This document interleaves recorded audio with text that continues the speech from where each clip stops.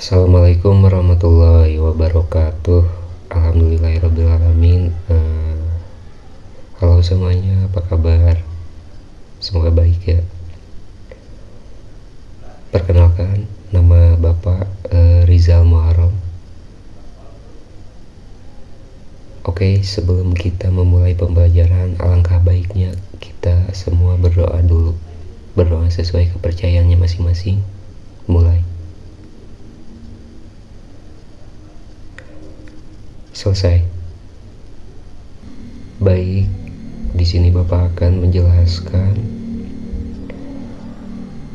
materi bab 7 kelas 5 fase C tentang daerahku kebanggaanku terkait topik seperti apakah budaya daerahku. Terlebih dahulu saya meminta kepada KM kelas supaya mengabsen siapa saja yang hadir dalam pembelajaran daring ini untuk nanti setelah selesai dilaporkan ke saya. Terima kasih. Nah, di sini Bapak akan mengajukan beberapa pertanyaan. Apa saja jenis warisan budaya yang ada di daerahku? Apakah warisan-warisan budaya daerahku memiliki sejarah khusus?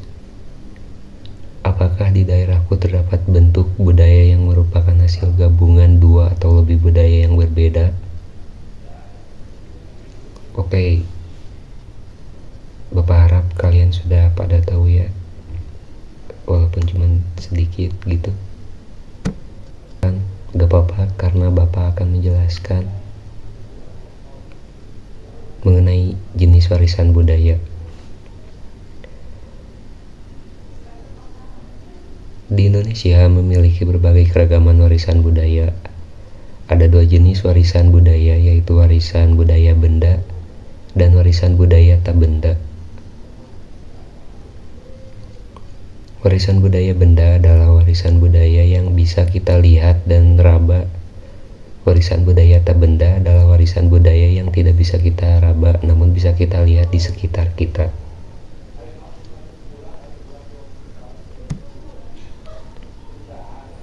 Baiklah, selanjutnya contoh warisan budaya benda. Yang pertama ada bangunan, misalnya Candi Borobudur, masjid, bangunan-bangunan kuno yang memiliki sejarah. Yang kedua pakaian, bisa pakaian adat, misalkan pakaian adat Jawa, adat Aceh, dan lain-lain. Yang ketiga makanan. Makanan juga tentunya memiliki sejarah, teruntuk makanan zaman dulu ya. Kemudian senjata tradisional, alat musik, dan alat produksi. Baiklah, yang pertama kan bangunan. Jadi bangunan itu tidak mencakup candi aja, bisa jadi masjid atau bangunan yang memiliki sejarah lainnya. Bapak akan menjelaskan mengenai Candi Borobudur. Nah, Candi Borobudur ini merupakan candi Buddha, berasal dari abad ke-8 dan ke-9 dan terletak di Provinsi Jawa Tengah.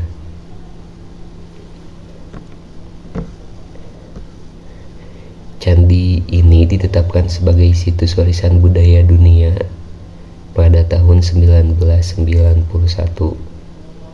Kemudian untuk warisan budaya pakaian, jadi pakaian ini merupakan pakaian adat. Tentunya sudah ada sejak zaman kerajaan di Indonesia.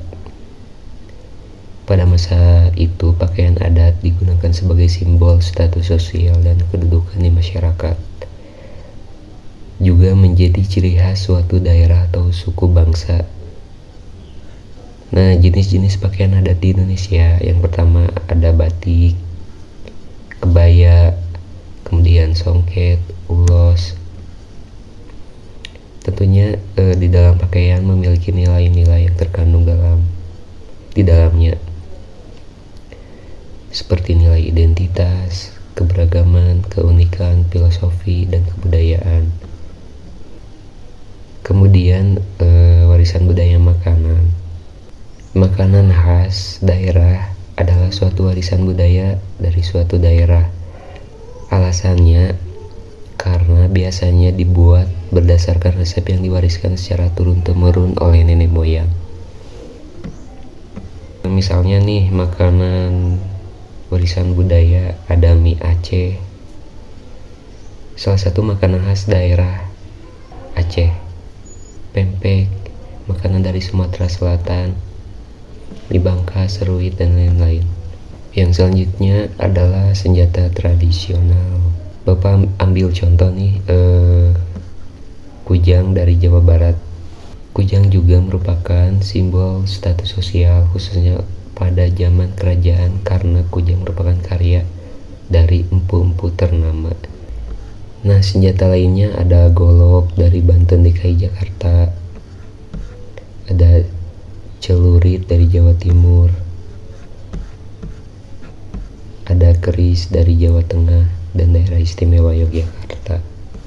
Yang selanjutnya adalah alat musik tradisional. Adalah salah satu warisan budaya yang ada di Indonesia dan tersebar di berbagai provinsi. Dengan kata lain, musik tradisional merupakan musik asli daerah yang tumbuh karena pengaruh adat istiadat, kepercayaan, dan agama, sehingga musik daerah memiliki ciri khas masing-masing. Contohnya alat musik tradisional gamelan bisa ditemui di berbagai daerah di Indonesia seperti misalnya Bali, Madura, dan Lombok. Kemudian alat musik tradisional angklung yang merupakan alat tradisional Indonesia yang terbuat dari bambu dan berasal dari tanah Sunda yakni Jawa Barat.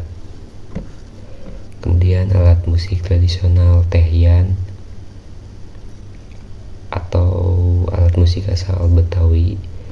Ada juga alat musik tradisional Sasando, alat musik Nusa Tenggara Timur. Selanjutnya ada contoh warisan budaya tak benda. Yang pertama musik, ada tarian, kebiasaan, keterampilan, adat, dan bahasa.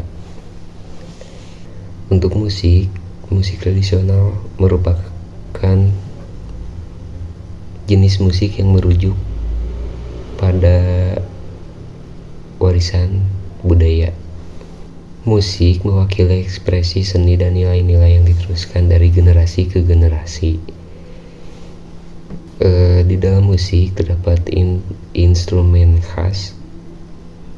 Banyak musik tradisional menggunakan instrumen-instrumen khas yang mencerminkan budaya atau wilayah tertentu, contohnya termasuk gamelan Jawa. Dalam liriknya juga bersejarah. Musik tradisional juga sering digunakan dalam perayaan dan upacara budaya.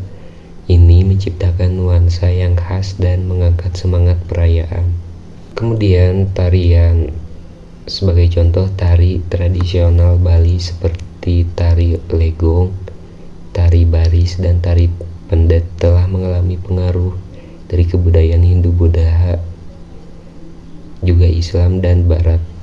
Di Jawa, tari tradisional seperti tari bedaya, tari serimpi, dan tari wayang telah menjadi bagian dari kebudayaan Jawa sejak masa Kerajaan Majapahit.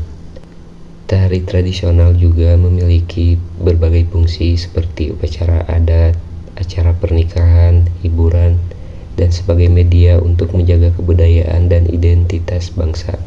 Dalam tari tradisional pada zaman kerajaan biasanya diiringi oleh musik dan lagu yang berasal dari instrumen tradisional seperti gamelan, rebab, suling, dan gong. Juga para penari biasanya mengenakan pakaian yang khas seperti kebaya, kain batik, kain songket, dan kain tenun. Kemudian warisan budaya tak benda lainnya adalah bahasa. Bahasa memainkan peran penting dalam mempertahankan warisan budaya dan identitas budaya suatu komunitas.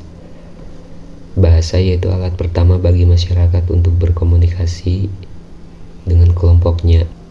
Dalam konteks warisan budaya, bahasa juga berperan sebagai wadah untuk melestarikan dan mewariskan pengetahuan, cerita, dan tradisi dari generasi ke generasi.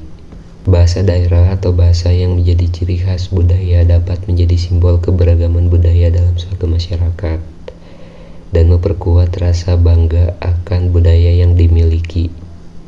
Bahasa juga dapat menjadi media untuk mengajarkan nilai dan tradisi budaya kepada generasi muda, sehingga warisan budaya dapat terus dipertahankan dan diteruskan kepada generasi selanjutnya.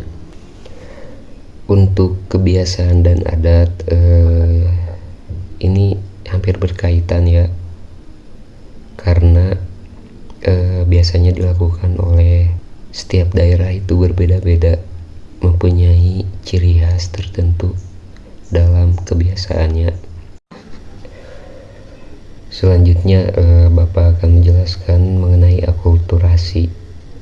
Akulturasi yaitu pencampuran dua kebudayaan atau lebih yang saling bertemu dan saling mempengaruhi. Indonesia merupakan negara maritim. Laut merupakan bagian yang menyatukan setiap pulau yang ada di Indonesia. Hal yang sama terjadi saat bangsa asing mulai berdatangan ke Nusantara, seperti melakukan perdagangan. Tentunya akan melakukan interaksi dengan masyarakat Nusantara. Mereka banyak yang tinggal juga dan menetap lalu memperkenalkan budaya yang mereka bawa dari negara asalnya. Budaya tersebut lambat laun diterima oleh masyarakat setempat sehingga mempengaruhi budaya lokal dan membentuk budaya yang merupakan pencampuran dari keduanya. Proses pencampuran dua budaya ini disebut sebagai akulturasi. Jadi akulturasi yaitu proses pencampuran dua kebudayaan atau lebih yang saling bertemu dan saling memengaruhi. Selanjutnya, upaya pelestarian keanekaragaman budaya.